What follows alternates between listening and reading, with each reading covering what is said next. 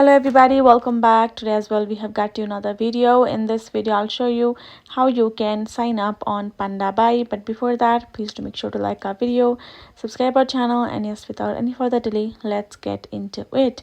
So for that, simply go ahead, open up your Pandabuy on your phone. Now from over here, go ahead, go to this option of account, and here you will have this option of login and sign up as given over here, and you can see or continue with or sign up here. You can see don't have an account. If you tap on sign up here, simply have to select your country or region. You have to add in your email and your invitation code, which is an optional, and tap on next.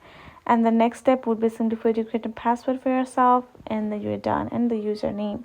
Now when you come back, I would suggest you to go with any of the options, Apple ID or Google ID, because one of the IDs we certainly would have, and it will be easy for us as well. For me, I would choose the Google ID, tap on continue.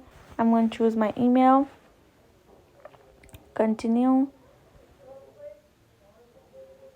I do not have, I'm going to tap on confirm. Since I don't have any invitation code, you don't have to add in.